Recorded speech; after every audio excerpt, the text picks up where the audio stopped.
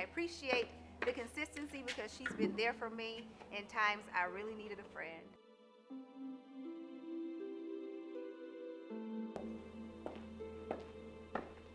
I don't think I chose Constance. I think God chose her for me.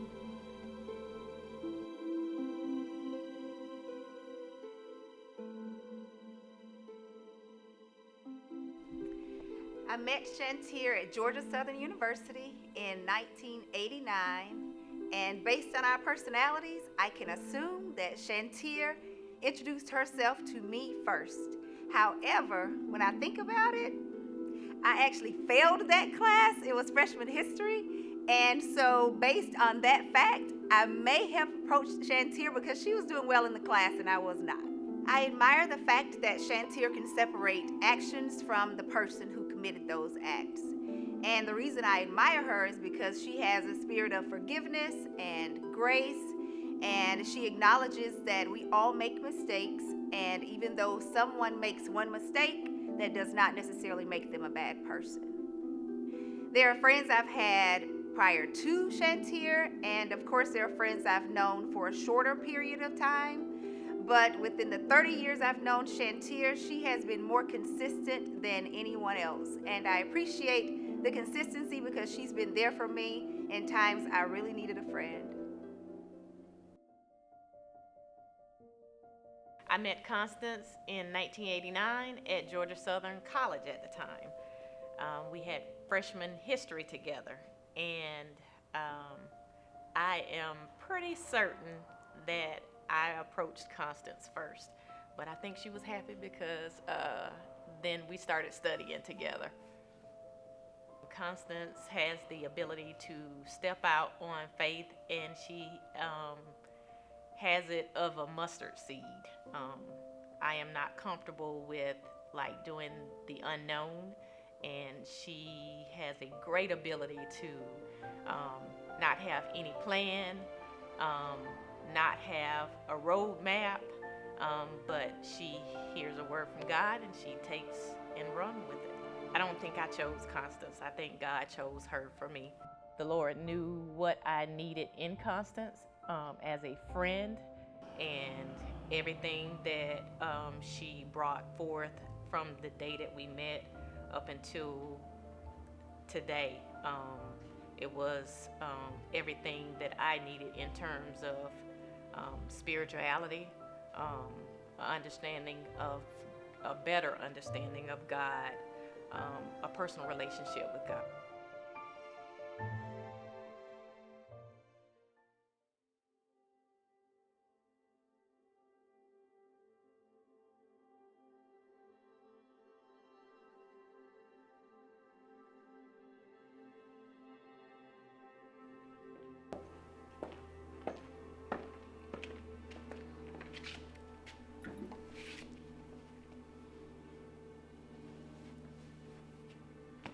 Something the average person wouldn't know about Shan is she is a fierce negotiator.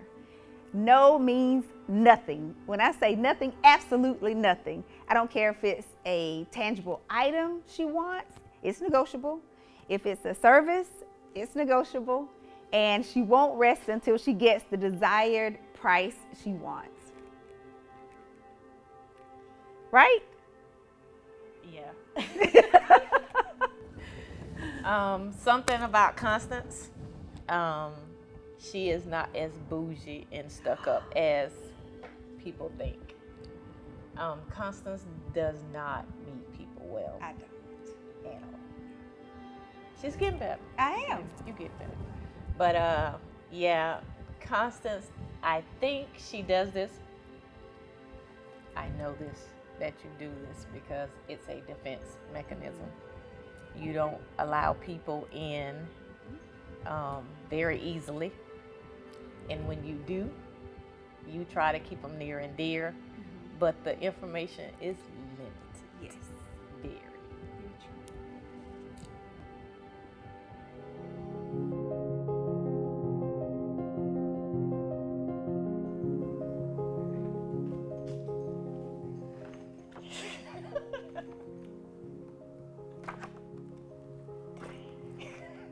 things Shan and I have gone through together. So I talked about the consistency Shan has shown me throughout the years that makes her who she is to me. And some of those experiences happened during the course of a 30-year period. And one of those experiences, we've supported each other through childbirth. We've supported each other through the death of our grandparents and others in the family we love. We've supported each other through a drug addiction and alcoholism. We've supported each other through DNA testing. We've supported each other through paternal reconnections.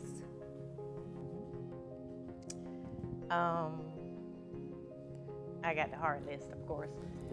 We've supported each other through 4 marriages, and of the 4 marriages, she introduced me to my now husband, thankfully.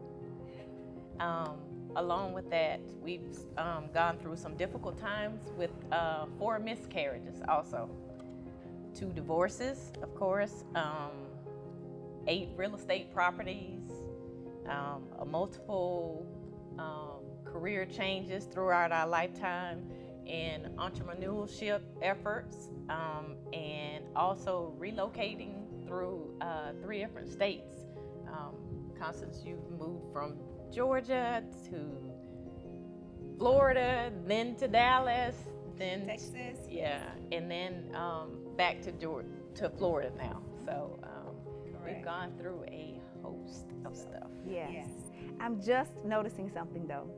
So when I talked about you not being able to accept no the first time, your husband is exactly that way, because when he asked me at the gym, Constance, introduce me to one of your friends, I said no. I know 15 times, had to be at least 15. And he kept coming back. And finally I said, I have one friend who's recently divorced, and if you hurt her, I promise I'll hurt you.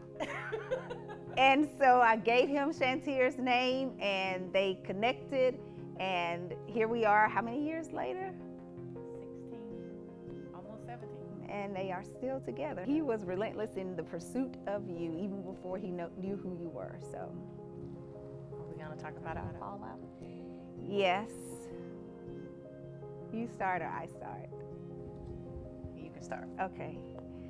We did have, Shantier and I had one major fallout, and it lasted for an entire year.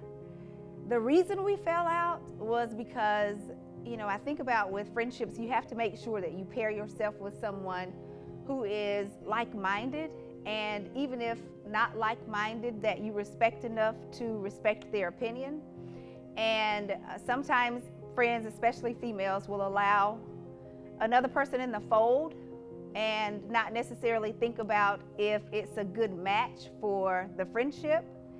And so Shantier and I found ourselves in a position where we were not acting very friendly towards each other.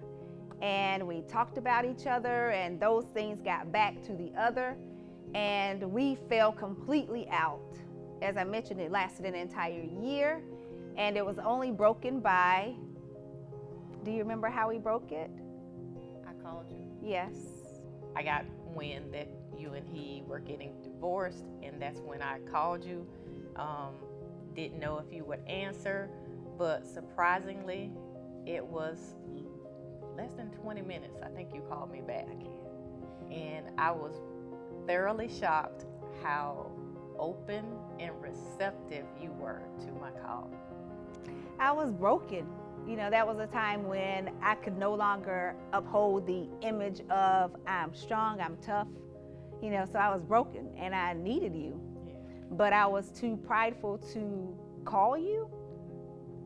And I remember I was actually away from home on a business trip. And when I got back to the room and noticed that I had a missed call and it was you, I called you back almost impulsively because I didn't really know why you were calling.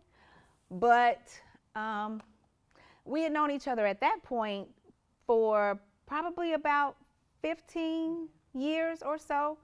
So of course we had already built up that type of relationship to where I trusted you still, even though we were on the outs, I still trusted you, especially with sensitive information like that. And so you were probably one of the first people I opened up to after the divorce, because I just didn't want to talk about it most of the time. So when you called, it gave me an opportunity to exhale, and I needed that because I was not even doing well at the assignment, because I had all of these other issues going on that I had not expressed. So it was impacting my work negatively. So I'm extremely happy you called when you did, because I'm not so sure if my bounce back would have been the timing it was, because I needed to let go. And I really don't know who would have challenged me enough that I let go with them. So you, in that relentless effort, you display about not accepting no, and you're not okay, and the fierce negotiator you are, I needed those skills in order to get me to open up about the hurt.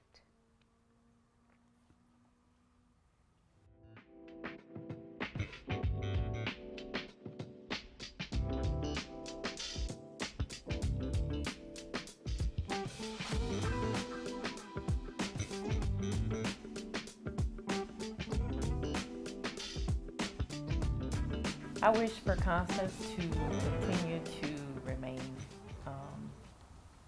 open, and that means your heart as well, to accept things that are uncomfortable to you, such as this. I wish that you continue to listen to God. You do an excellent job of listening to God and letting Him direct your steps, and that has taken you, far. We all have setbacks. We will have setbacks, but how you push through, that is based on your relationship with God. I wish for Shan in the future that she continues her relationship, personal relationship that is, with God. I'm so incredibly proud of you, because the personal relationship you have with God now is not one that I'm even sure you thought you could have a few years ago. You are a woman of God in my eyes now. Even though I knew you were a child of God before, now being a woman of God makes me extremely proud. And also, I want for your future, want you to experience daddy love.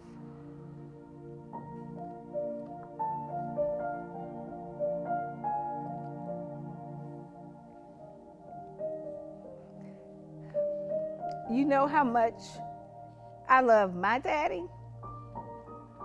And there's a difference to me between being a father and a daddy. Of course, we all have a father, because that's how we got here. But sometimes daddy comes in the form of a biological father. Sometimes daddy comes in the form of a stepfather. Sometimes daddy comes in the form of a mentor or someone who just takes you under their wing. But I pray for you that you experience that, because you have lots of people who love you, and you're so loving, and you witness it with your daughter and your husband. And I think that as old as we are now, I don't think any girl gets too old for her daddy. Just last weekend, I thought about you.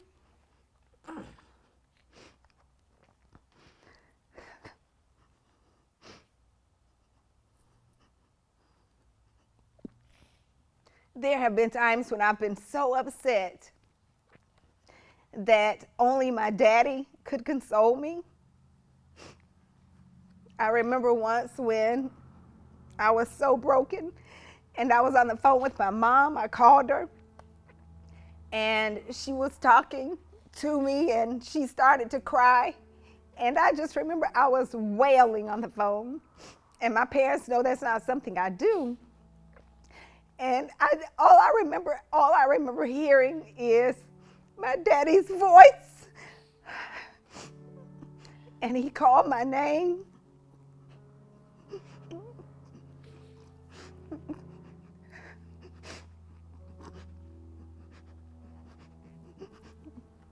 And instantly, I felt calm and peace and comforted. And I want that for you. And I firmly believe you can have it. And I trust God with that, to know that in God's perfect timing, you'll get that and you won't have lost anything, because it'll come in a time when you need it most. And you'll then know why perhaps you had to wait to feel that particular love. And I just pray that I'm around to witness it and hear you talk about your daddy like your daughter talks about hers, and how I talk about mine.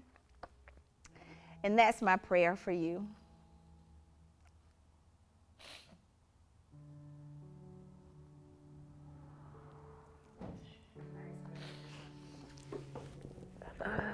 Me too.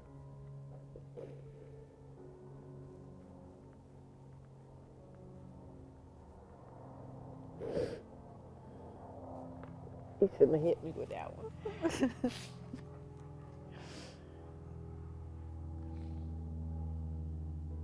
You do agree that it's a different kind of love, right? Yeah. Just based on what you've witnessed.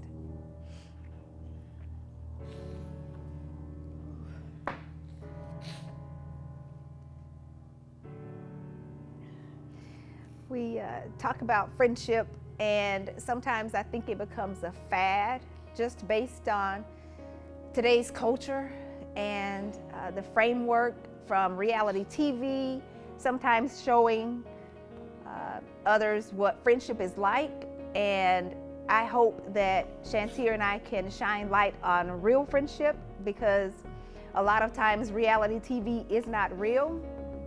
Many times I hope it's not real. And even though this platform is outside of my comfort zone, I felt like we needed to capture this moment and document this moment, a 30-year friendship between real friends who can go through ups, downs, highs, lows, everything in between with each other, and still remain friends. So at this stage, I just feel like we're so beyond friendship. And I think that another thing that would surprise others about us is that we are not each other's best friend, right? Shout out to Shalette and Linda. But I just want there to be conversation among people about what friendship means and your expectations, and whether the people in your life meet those expectations. And now I think we've graduated to sisters for sure. Your family. After 30 years, it's almost like common law, right? Can you have a common law sister? I don't know. Yes. But we're beyond friendship. So regardless of what happens from here on out, I know that you love me, and I hope you know that I love you. And together, there is absolutely nothing that we can't get through together. Agreed? Pinky swear?